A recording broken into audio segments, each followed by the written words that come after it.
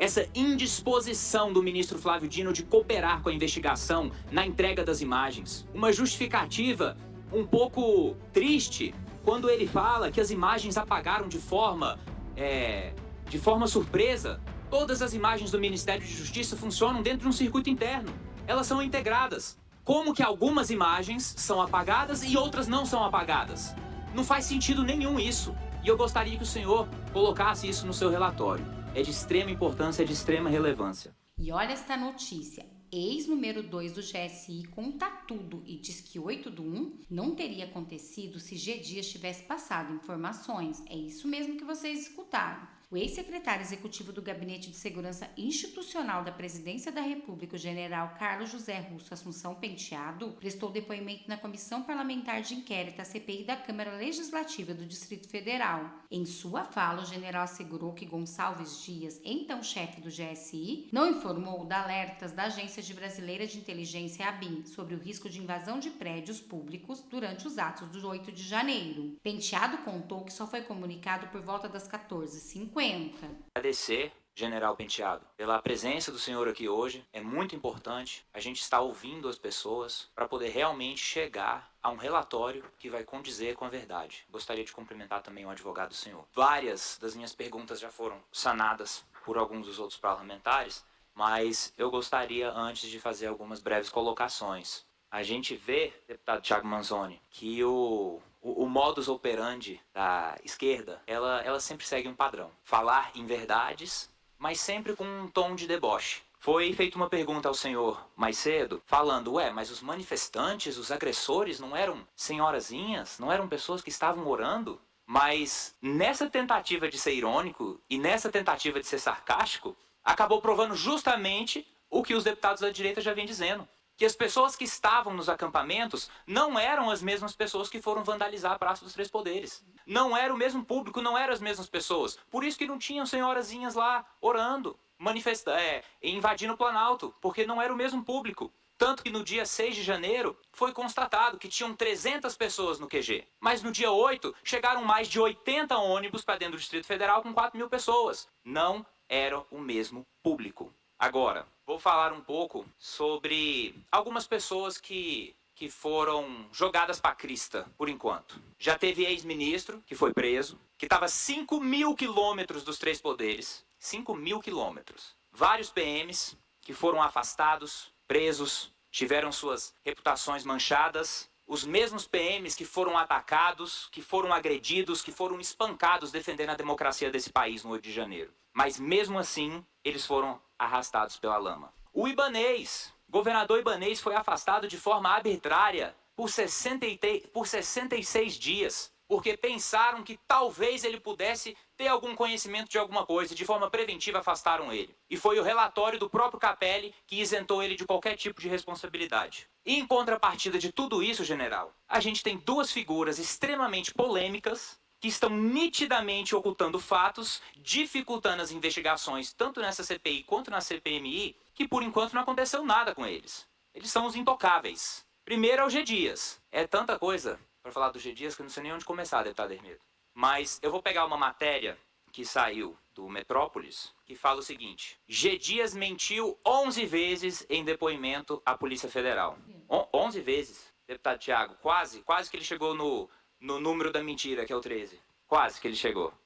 Eu vou ler algumas das mentiras que ele contou. Eu não vou falar todas aqui, porque senão o meu tempo estoura de tanta coisa que ele mentiu. Primeiro, o G. Dias, ele mentiu falando que não tinha conhecimento se a ABIN monitorava o acampamento em frente ao QG do Exército. E isso era uma mentira. Ele recebia atualizações constantes no seu celular pessoal. Ele mentiu que não sabia de protestos radicais previstos para o dia 8, mas a coluna comprovou que foi o próprio G. Dias que enviou à Agência Brasileira de Inteligência, ABIN, dia 6 de janeiro, 2 dias antes do ato, uma convocação em grupos patriotas para o fechamento dos Três Poderes. Ele mentiu quando alegou que não ordenou o monitoramento das manifestações. Ele mentiu em dizer que não recebeu o relatório do aumento de fluxo de ônibus em Brasília. Ele mentiu em afirmar que só teve conhecimento dos alertas enviados pela ABIN quando eles foram enviados ao Senado. Mas foi comprovado que ele recebeu esses relatórios, inclusive o seu nome está na lista de autoridades avisadas. E a lista continua. Falou que não recebeu informações relevantes, mentiu em afirmar que recebeu relatórios da ABIN, mas nenhum sobre manifestações. A lista é praticamente infinita. E também, a segunda figura notória dessa situação é o ministro Flávio Dino. Mas antes de falar do ministro Flávio Dino, general, eu queria fazer um comentário aqui sobre uma outra pergunta que foi feita ao senhor, relacionado a uma postagem que o senhor fez 5 anos atrás. E eu vou confessar que a postagem que o senhor fez, ela não foge tanto da realidade. Tanto que o próprio ministro de Justiça do Lula fala abertamente que ele é um comunista com orgulho. Um comunista, graças a Deus, sou comunista com orgulho, o famoso comunista de iPhone. Mas já que a gente vai estar falando aqui de tweets e postagens antigas, eu vou tomar a liberdade de ler algumas postagens antigas do Flávio Dino também, já que isso está sendo colocado em algum tipo de preposição como se fosse contexto da atualidade. Ele não pode afirmar isso. E aí depois ele sai com uma tática que, pessoalmente, eu acho extremamente pedestre.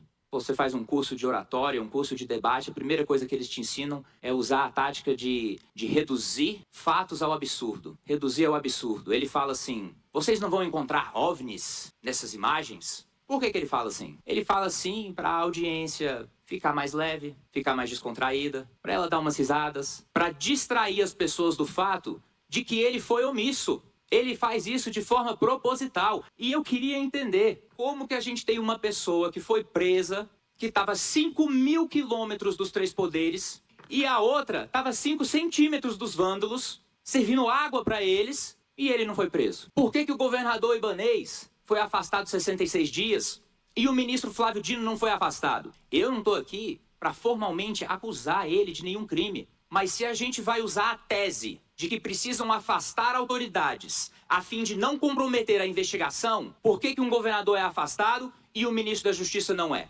Essa é a maior dúvida que eu gostaria de saber. Viram, gente? Ele tem toda a razão. Por que um governador é afastado? Pessoas são presas e o ministro da Justiça não é afastado. E o pior é o G. Dias, né? Que só mentiu e tá solto, enquanto tem vários aqueles que estavam ligados ao ex-presidente Bolsonaro que estão presos. Realmente isso é gravíssimo. Prestem atenção o que vai acontecer agora. General, gostaria de fazer uma pergunta para o senhor. No dia 8 de janeiro, ocorreu um fluxo de informações. Houve o devido trabalho de inteligência, mas os dados obtidos não foram repassados à Secretaria Executiva para que tomasse as providências relativas ao protocolo escudo. Dessa forma, tendo em vista que a ABIN encaminhou de fato os informativos ao comandante do GSI e este então não repassou para a Secretaria Executiva para que agisse, na opinião do senhor, houve prevaricação por parte do general Gonçalves Dias? Deputado, eu acho que isso está sendo apurado. O que eu posso dizer para o senhor é que esse fluxo de informação que deveria fluir para a Secretaria de Coordenação e Segurança Presidencial, para que a matriz de risco fosse alterada, ele não fluiu. É isso que eu posso garantir ao senhor. Se o senhor ocupasse a cadeira de comandante do GSI, o que o senhor teria feito de diferente da forma que o G. Dias atuou no dia 8 de janeiro? Eu não ocupava a cadeira. Não, se o senhor ocupasse, o que o senhor teria feito em retrospecto? Deputado, eu prefiro não me posicionar do que eu acho ou deixo de achar, porque, como eu falei aqui, esse é um olhar em retrospecto. E sempre que nós olhamos para o retrovisor, as coisas parecem muito mais nítidas que naquele momento elas realmente estavam. A ótica realmente é diferente. Sim, senhor. General, eu gostaria novamente de agradecer a sua presença. Eu gostaria de fazer um apelo para todos os membros dessa CPI, especialmente o nosso presidente Chico Vigilante.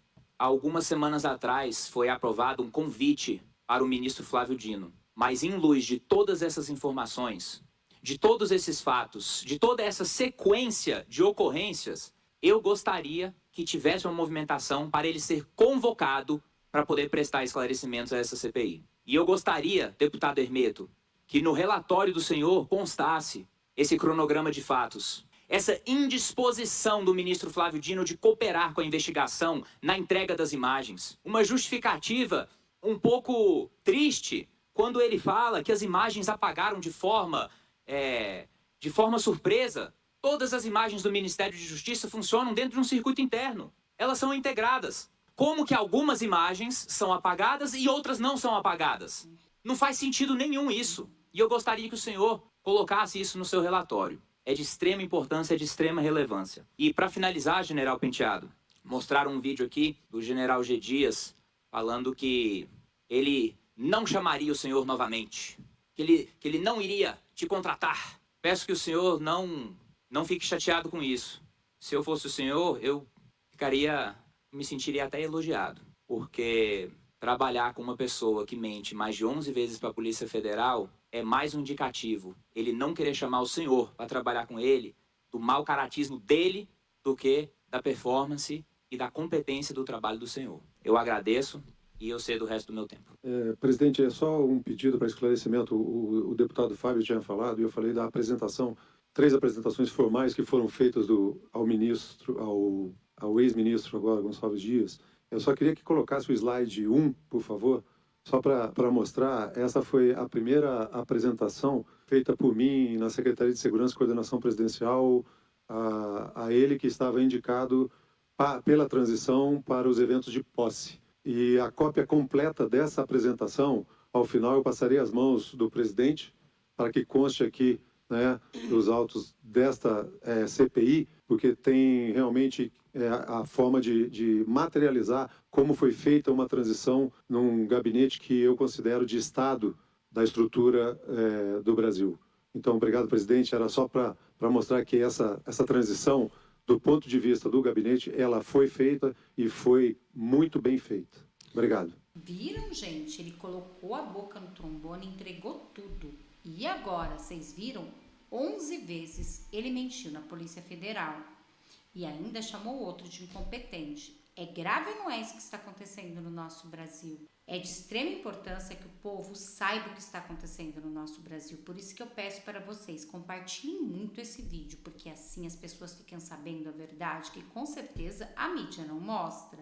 E olha agora essa notícia que eu vou dar para vocês. Segundo o jornal Cidade Online, Benedito determina nova investigação envolvendo Bolsonaro. Benedito Gonçalves, ele mesmo, aquele do missão dada, missão cumprida. Mas o alvo é totalmente compreensível. Gente, vocês vão ficar chocados com essa situação. Quando tudo parece se acalmar, novos acontecimentos inesperados iniciam contra o ex-presidente Jair Bolsonaro. Inesperadamente, o ministro Benedito Gonçalves, do TSE, determinou a abertura de uma investigação sobre a contratação de Elisângela Castelo Branco, intérprete de Libras, que participava das lives de Bolsonaro. Olhem que absurdo. É isso mesmo, algo totalmente compreensível. De acordo com informações, Benedito também determinou que ela preste depoimento sobre uma live realizada na residência oficial do Palácio da Alvorada. Como já era de se esperar, a ação foi movida pelo PDT e questiona o uso dos bens públicos e de serviços custeados pelo antigo governo para a realização de transmissão e gravação de um evento em caráter eleitoral. Na ação, o partido alega que houve abuso de poder político durante a transmissão da Alvorada ao tratar de assuntos relacionados à eleição e promoção do que chamou de horário eleitoral gratuito, em favor de diversos aliados. O TSE investiga se há registro de doação em dinheiro realizado por Elisângela nas prestações de contas da campanha de Bolsonaro. A defesa do ex-presidente afirma que a participação dela foi voluntária, mas Gonçalves Dias afirmou, aspas, caso a prestação de serviços tenha se realizado de modo voluntário, tal como alegado pelos investigados, presume-se que a doação estimável em dinheiro tenha sido formalizada e registrada na prestação de contas da campanha de Jair Bolsonaro ou do Partido Liberal, fecham aspas. O certo disso tudo é que se trata de mais um episódio de uma perseguição ferrenha ao ex-presidente Bolsonaro. Bom, este foi o vídeo de hoje, espero que vocês tenham gostado, peço que vocês se inscrevam no canal, curte, compartilha, comenta, ative o sininho de notificações para não perder nenhum dos nossos vídeos e também deixe aqui nos comentários de 0 a 10 que nota vocês dão para o ex-presidente Bolsonaro, assim todos vão ficar sabendo que estamos o apoiando. Eu vou ficando por aqui, muito obrigada a todos, até daqui a pouco eu volto com mais notícias, mais vídeos e mais reacts para vocês.